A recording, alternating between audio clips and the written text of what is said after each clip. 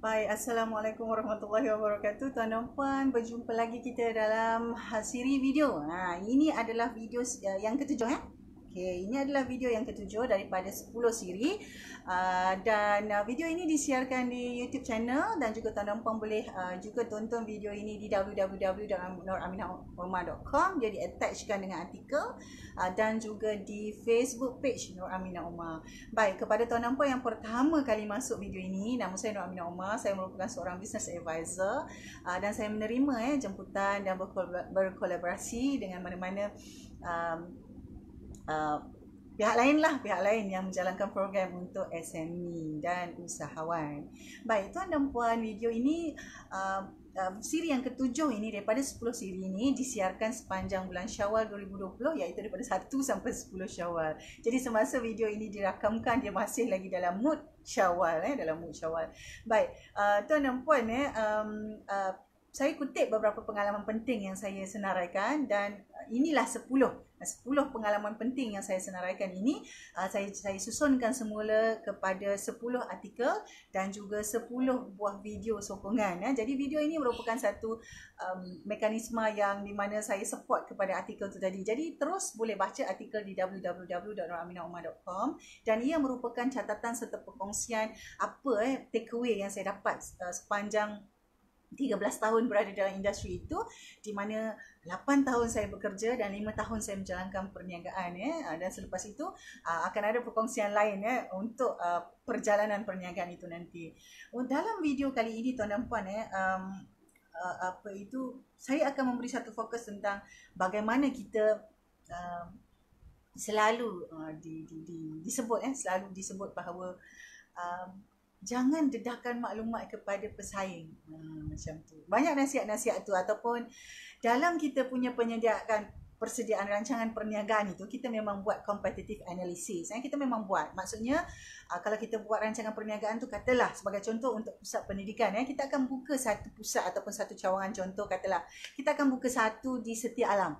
Jadi sebelum kita buka tu, kita buat satu analisis, satu business plan, dan kita akan letak dalam business plan tu salah satu elemen dalam business plan tu adalah competitive analysis, di mana kita study ataupun kita buat satu kita panggil risikan. Kita lihat semula dekat kawasan Setia Alam ni ada berapa buah pusat pendidikan yang macam kita, ataupun kita senaraikan semua yang ada, berapa buah taska, berapa buah tadika, berapa buah enrichment center, berapa semua kita senaraikan. Jadi kebiasaannya kita akan menyenaraikan competitors tu dalam satu senarai yang similar, maksudnya bisnes yang lebih kurang sama dengan kita. Jadi itu antara perkara-perkara yang biasa kita buat, iaitu competitive analysis. Namanya canggih sikit lah. Jadi melalui pengalaman saya itu, jadi ada kalanya bila kita dah ramai-ramai, kita dengar cakap-cakap orang, cakap macam-macam tu, sebenarnya kita jadi fokus kepada persaingan. Kita jadi bagus to become competitive. It's good to become competitive. Tetapi pada masa yang sama, cara kita melihat competition itu kena diubah. Bagaimana caranya supaya kita boleh compete tu dalam keadaan yang sihat, dalam keadaan yang baik. Bagaimana kita boleh compete dalam keadaan yang baik? Maksudnya mendatangkan manfaat kepada semua orang, termasuk diri kita sendiri, walaupun kita compete tu tadi. Jadi dalam keadaan semasa ramai orang bercakap tentang collaboration, mereka sebut jangan bersaing, mari berkolaborasi. Hakikatnya tuan dan puan, apakah sebenarnya yang kita kata persaingan dan apakah sebenarnya yang kita kata kolaborasi? Kerjasama lain pula, kolaborasi lain pula. Jadi saya tinggalkan soalan-soalan itu kepada tuan dan puan untuk lihat apa sebenarnya kolaborasi itu, apa sebenarnya kerjasama tu, apa sebenarnya yang kita panggil sebagai competitiveness tu tadi. Yang itu saya tinggalkan kepada tuan dan puan.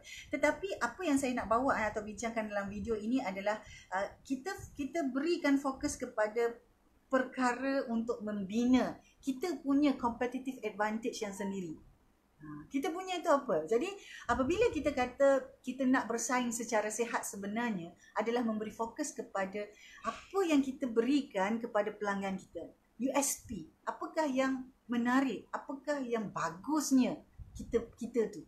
Yang itu sebenarnya kita fokuskan supaya kita jadi kompetitif. Bukannya kita nak compete dia, kita pergi buruk-burukkan dia, ataupun bila orang datang, oh kat sini tak ada tadika lain, tadika ni je. Ataupun oh memanglah yang itu, tapi yang itu kalau puan nak tahu, puan pergi cari tanya sendirilah, saya tak tahu.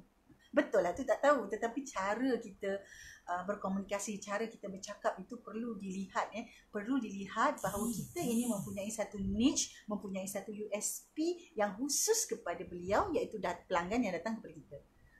Jadi ramai jugalah sekarang yang bercakap, banyak dah tadika kat sini ni, tak payahlah buka. Betul. Bila kita nak buat, orang kata study, kita akan pilih lokasi-lokasi yang tertentu dan juga kriteria-kriteria yang tertentu untuk kita pastikan kita boleh survive dalam lokasi itu. Tetapi berapa bilangan tadika yang buka di kawasan tu bukannya semata-mata satu faktor menyebabkan kita tak buka. Jadi kalau tuan dan puan lihat, ada banyak lokasi ataupun kawasan yang memang dah ada 4, adalah contoh dah ada 4 tadika tapi masih ada lagi tadika nak buka jadi 5. Dan kebanyakannya pula akan rasa, ya Allah, kenapa pula buka lagi tadika kat sini. Yang itu yang saya kata, bila kita punya fokus kompetitif tu lain, bila kita fokus competition tu lain. Tetapi kalau fokus kita, ada satu lagi, tak apa. Kita tahu, kerana kita punya USP, kita punya niche, kita punya brand, kita punya customer experience bagus, kita akan naikkan lagi. Tak apa, ada tadika lain buka sekalipun, kita yakin, kita confident, mereka akan datang balik. Kita akan tetap dapat pelanggan. Jadi dengan ada je kita punya cara mindset ataupun cara fikir begitu, dia sebenarnya akan membolehkan kita terus kita meneruskan apa yang kita lakukan. Dalam kebanyakan masa tuan dan puan, bila kita dengar, macam bila tuan dan puan dengar saya cakap, mungkin kata, Puan Min bolehlah bercakap senang, Puan Min tak buat. Betul. Tapi sebelum ni saya dah buat, cuma sekarang saya tak buat. Sebelum ni itulah yang saya lakukan. Semasa saya menjalankan perniagaan dalam tempoh 5 tahun itu tuan dan puan, antara perkara yang paling pening nak difikirkan adalah bagaimana nak memastikan, memang jenama dah bagus sebab dia brand franchise, memang jenama dah bagus, tetapi macam mana nak pastikan, sebab kat kawasan tu banyak lagi franchise lain, macam mana nak pastikan orang masih nak datang kat sini. Jadi perkara-perkara tu yang dibincangkan dengan tim itulah yang diperkukuhkan, diperkemaskan, sehinggalah adanya orang kata proses dan SOP yang tersendiri yang kita bangunkan untuk setiap cawangan. Dan mana-mana cawangan, sebab saya ada 5 masa tu, dan mana-mana cawangan yang kita kata kena ada ekstra, kita letak ekstra. To cater for the needs of the local. Jadi katalah kalau tuan dan puan juga dalam situasi saya yang sama, buat satu bisnes pendidikan, pusat pendidikan dengan jenama yang dikenali, tak boleh relax. Dia tak boleh relax kerana kita perlu menyediakan kita punya USP dan niche sendiri dalam kawasan tu. Itu yang kita maksudkan. Dalam video sebelum ni saya ada sebut tentang memahami operasi bisnes. Kita kena faham operasi bisnes kita tu. Memang kita kata kita franchise. Okey, kita HQ dah bagi. Okey, franchisor dah bagi sistem, betul. Tetapi kita yang menjalankan di atas nama syarikat kita tu di peringkat lokal. Katalah tadi saya buat di Setia Alam. Saya mesti jadi champion di Setia Alam. Brand tu champion di Malaysia. Sekarang ni, center saya tu, syarikat saya tu kena champion di Setia Alam. Jadi itu maksudnya kita melihat kompetitif tu, orang kata persaingan tu dalam bentuk sihat. Jadi tak apa, banyak mana pun sekolah lain, banyak mana tadika lain yang buka pun tak apa. Apakah ada keperluan untuk saya relocate? Itu yang kita lihat. Kenapa nak relocate? Oh, kawasan ni dah jadi kawasan hot, banyak jenayah contoh. Tak sesuai. Orang takut nak datang sebab ada banyak jenayah. Betul lah, jenayah tu berlaku pada waktu malam. Pusat perkembangan kita atau tadika kita operasi waktu siang. Tetapi dengan alamat tu saja kalau orang rasa, di kawasan jenayah bahaya. Walaupun siang, dia akan ada satu perubahan perception. Mungkin kita kena pindah. Jadi bila kita kata kita nak jadi nak bersaing tu, kita mesti fikirkan perkara-perkara yang membolehkan bisnes kita itu lebih naik. Tak perlu fikir nak jatuhkan dia. Tak perlu. Kita ni nak naik. Dengan itu kita dapat membina orang kata jaringan yang baik. Jadi dengan pengusaha-pengusaha yang lain pun kita boleh berkawan. Yang nak kawan lah, yang tak nak kawan tak apa. Kerana dalam industri tertentu tak semuanya seindah yang kita sangka. Memanglah semua masuk satu persatuan, betul lah. Tetapi kita masih lagi kita kata dia ni kompetitor, betul lah. Tetapi dari hubungan manusia sesama manusia itu baik. Cuma dari hubungan bisnes itu macam mana kita compete, iaitu kita naikkan syarikat kita jadi champion kat kawasan tu. Walaupun dia ada juga tadika yang sama di kawasan kita. Itulah yang saya antara apa orang cakap take away ataupun pengalaman yang sampai sekarang saya gunakan jugalah. Sekiranya tuan dan puan ada bercakap-cakap dengan saya masih gunakan pendekatan yang sama, di mana kita berikan fokus kepada perlombaan yang sihat. Kita jangan fikir sangat nak compete dengan dia. Tak, maksudnya kita jangan fikir sangat dia tu sebagai pesaing, dia tu sebagai kompetitor, bukan. Tetapi kita kata nak jadi sihat, kita sihatkan diri kita. Maksudnya perniagaan kita tu yang diperbaiki, prosesnya, sistemnya, apa orang kata, customer experience, program dengan anak-anak. Lepas tu orang tiru, tak apalah, biarlah orang tiru. Tetapi pengalaman yang kita bagi tu berbeza. Orang yang rasa tu dia lain. Orang yang rasa lain. Sebab kita buat program, contoh kita kata kita bagi modul baru kerana anak-anak ni perlu ada financial literacy. Kita kata anak-anak ni kena ada financial literacy. So kita buatlah program keusahawanan. Apa yang berlaku? Semua orang buat aktiviti menjual. Bila tadika tu buat aktiviti menjual, kita pun buat aktiviti menjual. Yang ini pun buat aktiviti menjual. Jadi akhirnya anak-anak tadika hanya diajar menjual. Sebenarnya yang kita nak bawa adalah financial literacy. Apa sebenarnya di sebalik aktiviti menjual? Kita yang ada benda tu, maka kita yang jadi special, kita yang jadi ada USP, kita yang ada niche. Dengan syarat kita komunikasikan, communicate all these USPs to our prospects and our clients. Tadi kalian pun buat, tapi dia buat jual. Tak, kita ada satu program di belakang tu namanya financial literacy. Aktivitinya menjual. Yang lain, jadi tak apa. Kalau orang tiru aktiviti kita tak apa, kerana dia cuma tiru aktiviti. Di belakang tu dia tak tahu. The curriculum, the philosophy, the experience given, what are the things being said to the children, what are the mindset being implant to the children, lain. Jadi itulah antaranya dalam pengalaman yang saya pick up yang saya jadikan sebagai pegangan ini tadi. Jadi kita kata biarlah cara orang lain tu buat cara dia macam mana. Katalah orang lain ataupun pusat perkembangan lain nak buat macam tu, tak apa, kecuali kalau dia datang dia kata I nak you punya advice lah. Dah nak advice pula. So macam mana? Adakah kita ni dalam kapasiti untuk memberi khidmat nasihat yang sesuai kepada dia? Kerana kita punya trade secret. Pula kita punya pusat perkembangan ni ada trade secret kerana kita ada modul. Modul kita tu di IP kan. Jadi cara macam mana? Itu antara pendekatan tuan dan puan.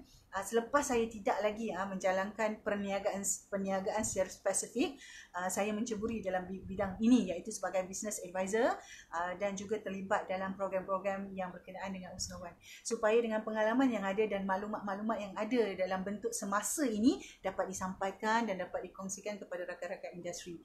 Aspirasinya adalah untuk membangunkan industri ini bersama-sama dengan tuan dan puan dalam konteks pengurusan perniagaan. Dan sepanjang video 1 hingga video yang ke-7 ini, kita tidak lupa bahawa paling penting adalah deliverables kepada anak-anak. Walaupun kita buat duit, ya, kita uruskan perniagaan, ya, kita tengok hal kewangan, ya, tetapi itu hanyalah skeleton of the business. Salah satu perkara yang penting dalam tu adalah the deliverables. Deliverables ini akan melibatkan guru, akan melibatkan modul, akan melibatkan environment. Jadi kalau tuan dan puan tak urus kewangan, asyik nak compete dengan orang, tetapi pintu tandas pun tuan dan puan tak baiki, sorry. Macam mana nak bagi deliverables yang bagus kepada anak-anak? Dinding tadika berkulat, contohlah. Lantai tak dimop. Macam mana kita nak bagi deliverables yang bagus kepada anak-anak? Tak boleh. Jadi kadang-kadang tuan dan puan apabila kita kata kita nak compete dengan pelanggan pula, kita nak compete dengan pusat-pusat lain, kita nak compete dengan tadika lain, kita lupa. Kita lupa bahawa pusat perkembangan kita itu ataupun tadika kita itu tidak mempunyai fasiliti yang bagus, tidak mempunyai keceriaan yang sesuai, tak ada cikgu yang bagus, tak ada. Yelah, modul dah bagus tapi cikgunya pula tak bagus kan. Jadi inilah perkara-perkaranya apabila kita kata sebagai fokus kepada perlombaan yang sihat, iaitu membaiki, menguatkan lagi kita punya deliverables tu tadi, kita punya quality tu tadi. Tentang quality, quantity pun dah dibincangkan dalam video terdahulu. Jadi sekiranya tuan dan puan miss mana-mana video, tonton semula daripada 1 sampai ke 7 kerana ini adalah video yang ke-7. Kita ada 10 semuanya. Baik, untuk itu tuan dan puan saya ucapkan terima kasih. Tonton semua video sampai habis dan tinggalkan thumbs up. Boleh subscribe kepada channel, like page. InsyaAllah kita akan berjumpa lagi dalam video akan datang kerana kita akan ada 10 siri dalam vlog perkongsian pengalaman bisnes pendidikan. Jadi untuk itu, bye for now.